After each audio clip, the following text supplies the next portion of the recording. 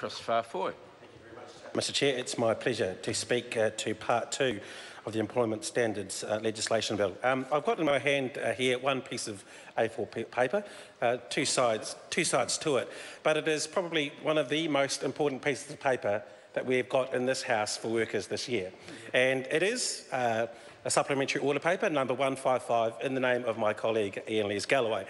And the first two of his amendments to Part 2 have been well traversed. The functional one being one of the changes to Clause 87, replacing it with a new Section 67E2, which many of my colleagues on this side of the House have spoken about.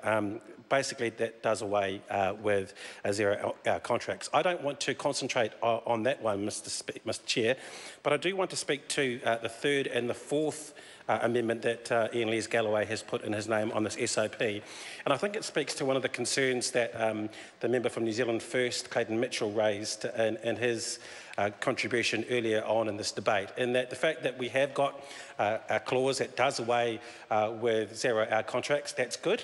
Technically, we cannot do that. But it also, I think, tightens the noose to prevent employers from essentially doing the same thing by any other means. And the SOP that I want to first look at is, again, a change to Clause 87, but it replaces 67E5 with a new passage which says, an employer and an employee who is remunerated for agreed hours of work by way of salary may agree that the employee's remuneration, get that right, includes compensation for the employee making himself or herself available for work under an availability provision. Now, that is one way where I think that this SOP is very pragmatic in the way that it's saying if you're a salaried worker and you've got guaranteed hours but you're expected to be available, then we can work that expectation availability into your salary.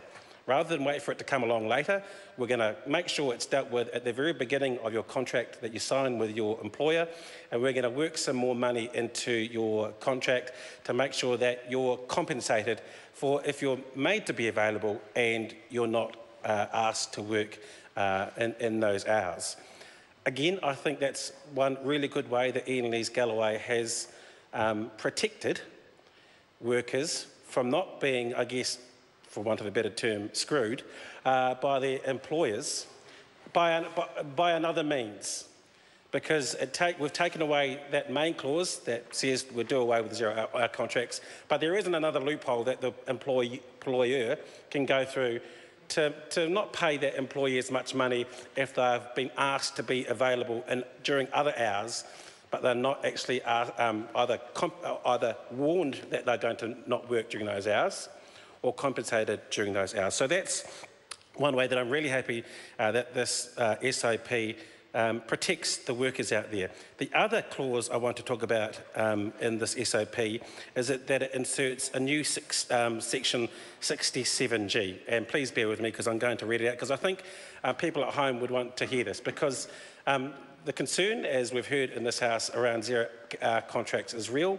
Especially, I think I had one father call me on a Friday night worried about his daughter and the unfair practices of her employer at the time, which was a shop not too far away from here. If anyone wants to have a juice, it's Tank down on Lambton Quay.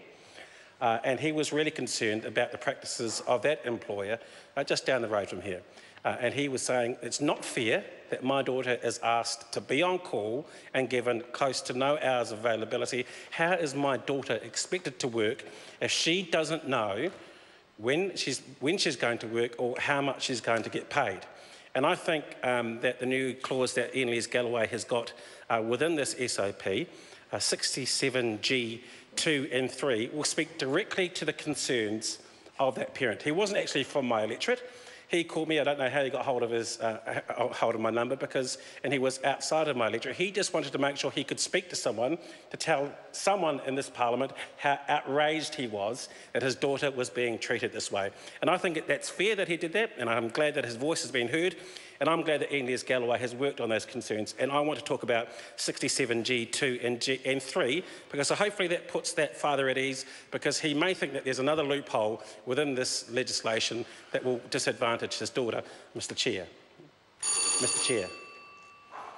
Mr Chair. David Seymour.